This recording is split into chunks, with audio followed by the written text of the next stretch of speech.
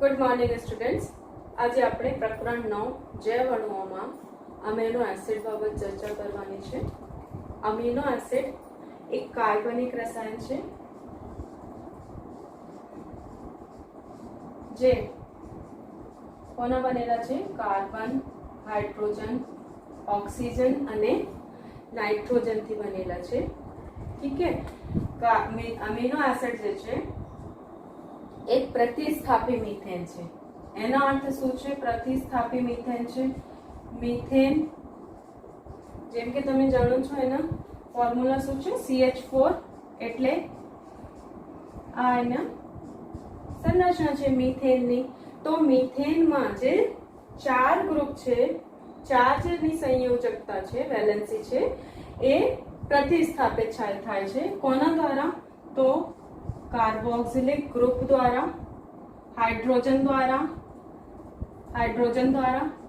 अने are group द्वारा अने अमीनो ग्रुप द्वारा।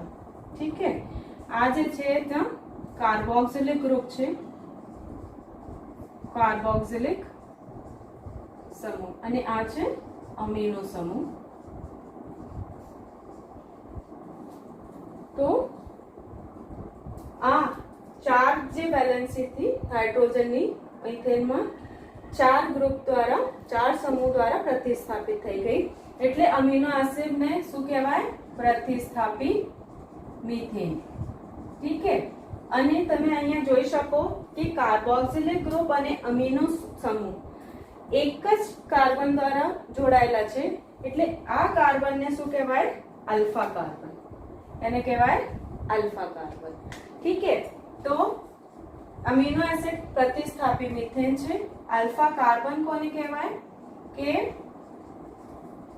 कार्बोक्सिलिक समूह, અહીંયા कार्बोक्सिलिक समूह અને अमीनो समूह એક જ કાર્બન ઉપર જોડાયેલા હોય।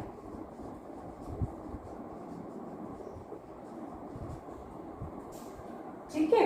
તેને કહેવાય अल्फा कार्बन। आर समूहની પ્રકૃતિના આધારે ઘણા પ્રકારના અમીનો એસિડ જોવા મળે। એટલે આ એના વિવિધ સમૂહ છે આર સમૂહ। તો એની જગ્યા કોઈ પણ બીજા સમૂહ લાગી જાય તો અમીનો એસિડ બદલાઈ જાય। આર સમૂહની પ્રકૃતિના આધારે ઘણા અમીનો એસિડ જોવા મળે છે। કઈ અમીનો એસિડ? तो धारो के आ जे आर समूह छे कोना द्वारा प्रतिस्थापित थई जाय? COOH NH2 कोना द्वारा प्रतिस्थापित थई जाय? तो हाइड्रोजन द्वारा जो प्रतिस्थापित थई जाय तो आ बनावशे ग्लाइसिन अमीनो एसिड बनावीने। ठीक है। जो आ आर समूह जे छे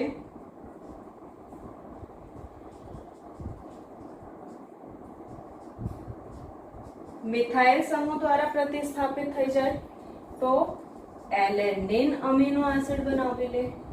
ठीक है। जो आ जे आर समूह छे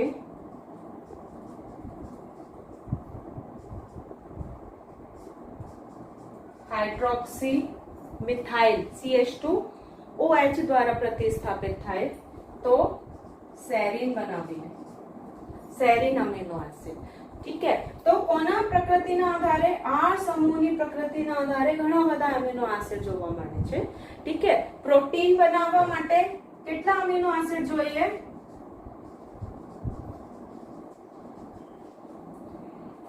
20 अमीनो एसिड।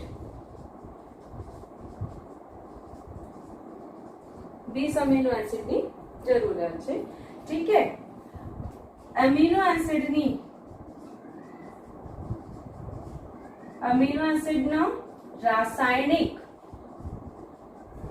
अने भौतिक गुणधर्म माटे शुं जरूरी छे? कई समूह जरूरी छे? तो अमीनो समूह जरूरी छे, कार्बोक्सिलिक समूह जरूरी छे अने आर समूहनी जरूरियात पड़े। ठीक है। अमीनो एसिड ना क्लासिफिकेशन वर्गीकरण જોઈએ તો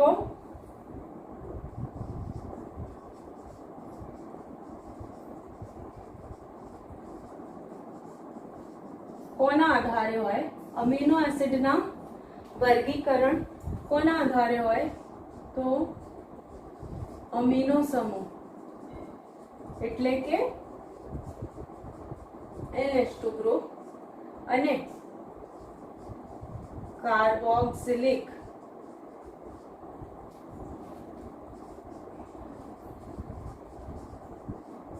સમૂહની સંખ્યાના આધારે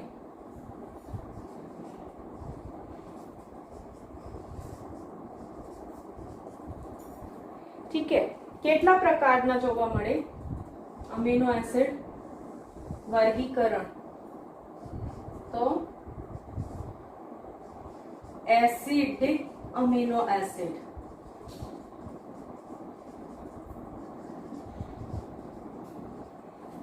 ठीक है, बेसिक अमीनो एसिड,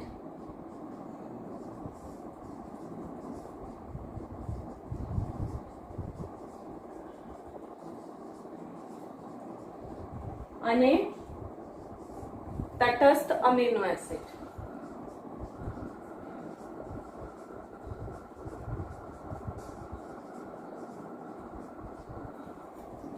ઠીક છે. એસિડિક અમીનો એસિડમાં સંખ્યા જોઈએ કેવી હોય. આ જે એના કાર્બોક્સિલિક સમૂહ છે, આ કેવા સમૂહ છે? એસિડિક સમૂહ છે. એનો ખબર પડી ગઈ હોય તમને. અને આ જે છે એના અમીનો સમૂહ કેવા સમૂહ છે? બેઝિક સમૂહ છે, ક્ષારીય સમૂહ છે એના. તો એસિડિક સમૂહમાં કોની સંખ્યા એસિડિક અમીનો એસિડમાં કઈ સમૂહની સંખ્યા વધારે હોવાથી એસિડિક બની જાય? તો એસિડિક સમૂહની સંખ્યા વધારે હોવાથી એટલે લખી દઉં કાર્બોક્સિલિક और એના સીધે સીધે COOH સમૂહ જે છે એની સંખ્યા વધારે હોય. કોના કમ્પેરિઝનમાં? તો અમીનો સમૂહથી વધારે હોય. કોના નંબર? કાર્બોક્સિલિક સમૂહના. તો એવા બનશે એસિડિક અમીનો એસિડ. કઈ amino acid acidic amino acid છે? Glutamic acid. ઠીક है. બેઝિક અમીનો એસિડમાં ખબર પડી ગઈ કે ભાઈ બેઝિક સમૂહ વધારે હોય એસિડિક કરતા. તો બેઝિક અમીનો એસિડ એટલે કે NH2 સમૂહની સંખ્યા વધારે હોય કોના કમ્પેરિઝનમાં? COOH સમૂહ કરતા. એના ઉદાહરણ શું છે? લાયસિન. ઠીક है. તટસ્થ અમીનો એસિડ એટલે કે બેઝિક સમૂહ અને એસિડિક સમૂહ જે છે સરખા પ્રમાણમાં હોય. ઠીક है. એટલે કે NH2 સમૂહ અને COOH સમૂહ સરખા પ્રમાણમાં હોય તો કેવા બની જાય? તટસ્થ અમીનો એસિડ. એના ઉદાહરણ છે વેલાઇન. ઠીક है.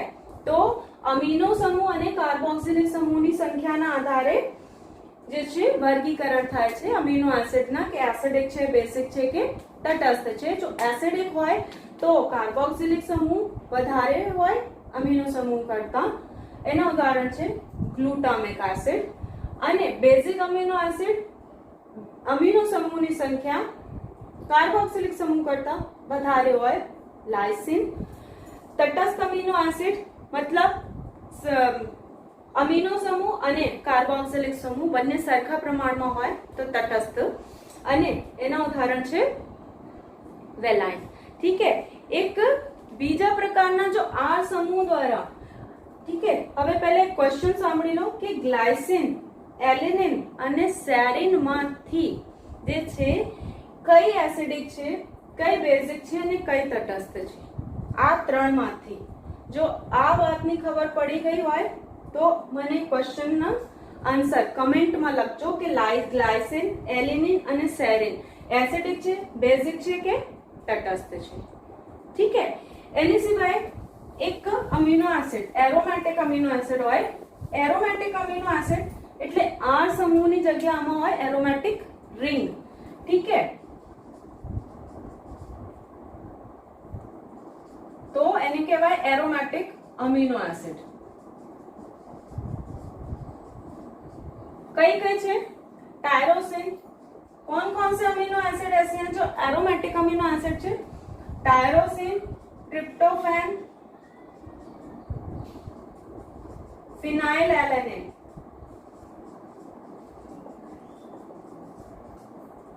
ठीक है, आ बधा केवा छे एरोमेटिक अमीनो एसिड. ठीक है, अमीनो एसिड ना एक विशेष गुणधर्म छे, इम्पोर्टेंट लाइन. विशेष गुणधर्म छे. कई विशेष गुणधर्म छे के जेना अमीनो ग्रुप होय, अमीनो समूह अने कार्बोक्सिलिक समूह जे छे आयनीकरण प्रकृतिना होय. एना अर्थ शुं छे?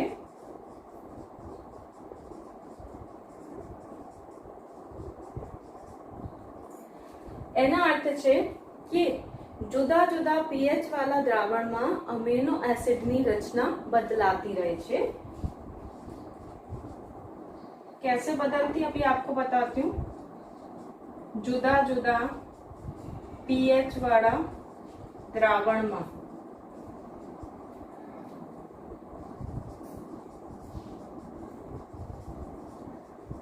अमीनो एसिड नी रचना बदलाती रहे छे.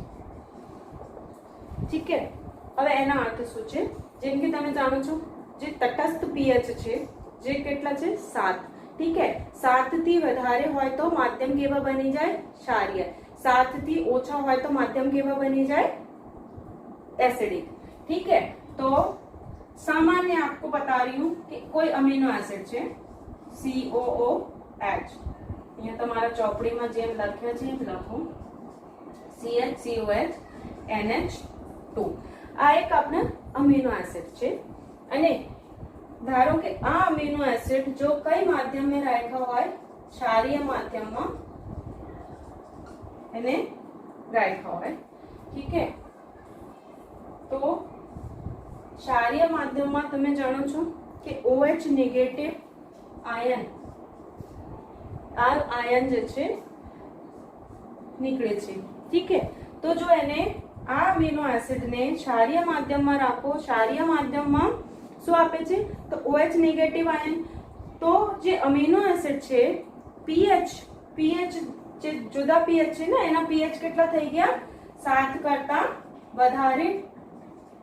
તો pH ને ફરી નોર્મલ કરવા માટે એટલે કે pH ને તટસ્થ કરવા માટે શું કરે? કાર્બોક્સિલિક ગ્રુપ જે છે એ આપણા OH કોને આપી દે? OH ને. ठीक है, એટલે કે હું અહીંયા ફરીવાર લખું ક્ષારીય માધ્યમમાં શું નીકળી રહ્યા છે? OH ion. તો આ જે કાર્બોક્સિલિક સમૂહ છે એ કોને આપી દે? OH ને અને શું બનાવી લે?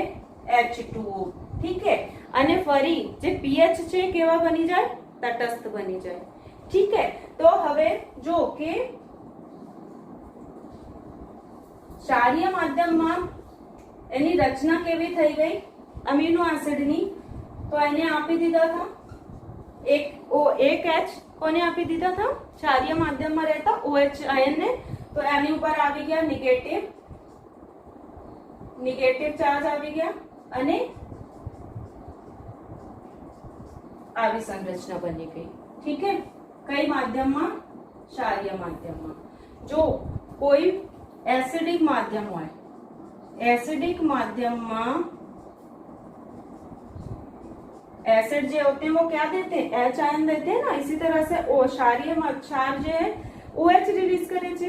ठीक है, इसी तरह से एसिड की શું આપે છે? Hydrogen ion. तो हाइड्रोजन आयन વધારે હોય અને pH કેટલા હોય? 7 કરતા ઓછા. ठीक है, तो હવે એની પ્રકૃતિ કેવી છે? આયનીકરણની છે ને, તો ફરી આયનીકૃત થઈ જાય.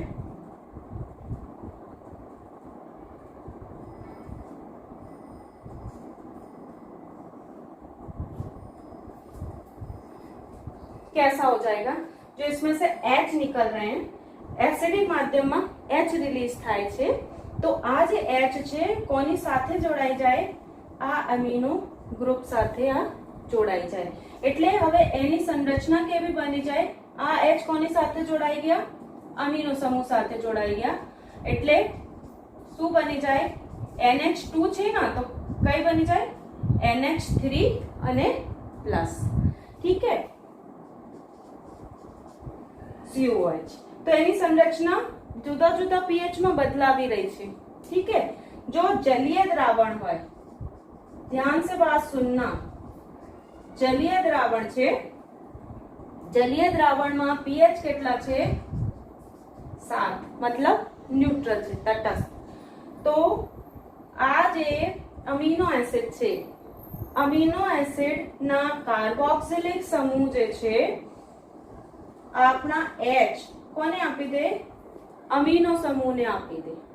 ઠીક है, અને હવે એની સંરચના કેવી બની જાય? જો H અહીંયાથી નીકળી ગયા ને આ બાજુ આવી ગયા તો આ જે છે NH3 બની જાય. શું બની જાય?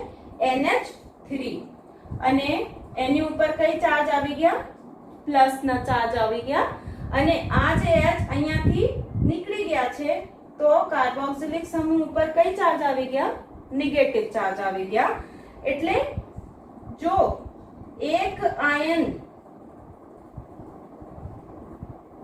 જો કે એક અણુ પાસે નેગેટિવ અને પોઝિટિવ બંને ચાર્જ જોવા મળે તો એવા અણુ એવા આયન શું કહેવાય?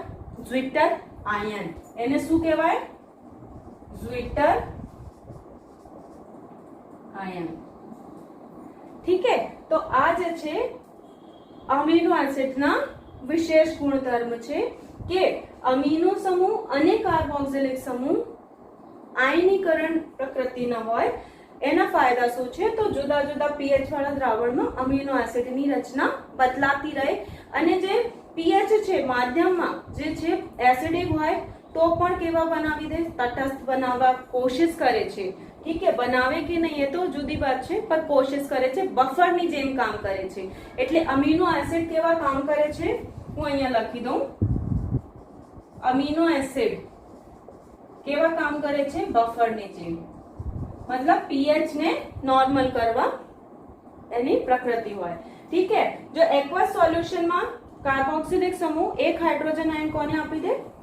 અમીનો સમૂહને આપી દે તો એની ઉપર બંને ચાર્જ આવી જાય, પ્લસ સાઇન અને માઇનસ સાઇન એક સાથે આવી જાય. તો એવા જે સ્થિતિ છે એને કહીએ ઝ્વિટર આયન. ઠીક है, તો એકવાર ક્વિક રીકેપ લઈ લો. અમીનો એસિડ એટલે શું છે? કાર્બનિક રસાયણ છે. કોના બનેલા છે? કાર્બન, હાઇડ્રોજન, ઓક્સિજન અને નાઇટ્રોજનના બનેલા છે. પ્રતિસ્થાપી મીથેન છે. ઠીક है, પ્રતિસ્થાપી મીથેન કેમ છે? તો મીથેનના જે 4 સમૂહ છે, 4 સંયોજકતા હાઇડ્રોજન વાળી, એને 4 સમૂહ દ્વારા પ્રતિસ્થાપિત કરવામાં આવે. આ 4 સમૂહ કઈ કઈ છે? તો એક હાઇડ્રોજન, કાર્બોક્સિલિક સમૂહ, અમીનો સમૂહ અને વિવિધ સમૂહ, R સમૂહ. ઠીક है, R સમૂહની જે અલ્ફા કાર્બન ઉપર, અલ્ફા કાર્બન કોને કહેવાય? કે કાર્બોક્સિલિક સમૂહ અને અમીનો સમૂહ એક જ કાર્બન ઉપર જોડાયેલા છે તો એને કહેવાય અલ્ફા કાર્બન. R સમૂહની પ્રકૃતિના આધારે ઘણા બધા અમીનો એસિડ છે. આપણને જોયા કે જો હાઇડ્રોજન દ્વારા R સમૂહ પ્રતિસ્થાપિત થાય તો ગ્લાયસિન, જો મિથાઇલ ગ્રુપ દ્વારા પ્રતિસ્થાપિત થાય તો એલેનિન, જો CH2OH હાઇડ્રોક્સી મિથાઇલ ગ્રુપ દ્વારા થાય છે તો સેરીન. ઠીક है, પ્રોટીન બનાવવા માટે કેટલા અમીનો એસિડ જોઈએ? 20 અમીનો એસિડ. અમીનો એસિડના રાસાયણિક અને ભૌતિક ગુણધર્મ કઈ કઈ ગ્રુપ ઉપર ડિપેન્ડ કરે છે? તો અમીનો સમૂહ, કાર્બોક્સિલિક સમૂહ અને R સમૂહ ઉપર. ઠીક है, વર્ગીકરણ કઈ આધારે હોય? તો અમીનો એસિડમાં રહેલા બેઝિક સમૂહની સંખ્યા અને એસિડિક સમૂહની સંખ્યાના આધારે હોય. 3 પ્રકારના હોય: acidic amino acid, basic amino acid અને તટસ્થ અમીનો એસિડ. ઠીક है, એસિડિક અમીનો એસિડમાં કાર્બોક્સિલિક સમૂહની સંખ્યા અમીનો સમૂહ કરતા વધારે હોય. ગ્લુટામિક એસિડ એક એસિડિક અમીનો એસિડ છે. બેઝિક અમીનો એસિડમાં અમીનો સમૂહની સંખ્યા કાર્બોક્સિલિક સમૂહ કરતા વધારે, એટલે એના એક્ઝામ્પલ છે લાઇસિન. તટસ્થ અમીનો એસિડ જો બંને સમૂહ એટલે કે અમીનો સમૂહ અને કાર્બોક્સિલિક समूह સરખા પ્રમાણમાં હોય, दोनों नंबर में इक्वल है तो तटस्थ अमीनो एसिड. एन एग्जांपल છે વેલાइन. એરોમેટિક અમીનો એસિડ કોને કહેવાય? તો જે એરોમેટિક રિંગ ધરાવતા હોય એને કહેવાય એરોમેટિક અમીનો એસિડ. કઈ કઈ એક્ઝામ્પલ છે? ટાયરોસિન, ટ્રિપ્ટોફેન અને ફિનાઇલ એલેનિન. ઠીક છે. વિશેષ ગુણધર્મ એના કઈ છે? તો એના જે અમીનો સમૂહ છે અને કાર્બોક્સિલિક સમૂહ આયનીકરણ પ્રકૃતિના હોય, જેના કારણે જુદા જુદા પીએચ વાળા દ્રાવણમાં અમીનો એસિડની રચના બદલાતી હોય છે. આપણને હવે અહીંયા જોઈ લીધા. અને એક્વસ સોલ્યુશનમાં જે કાર્બોક્સિલિક સમૂહના હાઇડ્રોજન છે એ કોની સાથે જોડાઈ જાય? અમીનો સમૂહના સાથે જોડાઈ જાય. તો અમીનો સમૂહ ઉપર પ્લસના સાઇન આવી જાય અને કાર્બોક્સિલિક સમૂહ ઉપર માઇનસના સાઇન આવી જાય. આ સંરચનાને કહેવાય ઝ્વિટર આયન. ઠીક છે. હવે નેક્સ્ટ જે આપણા ટોપિક છે એ છે ફેટી એસિડ ઓર લિપિડ. ઠીક છે.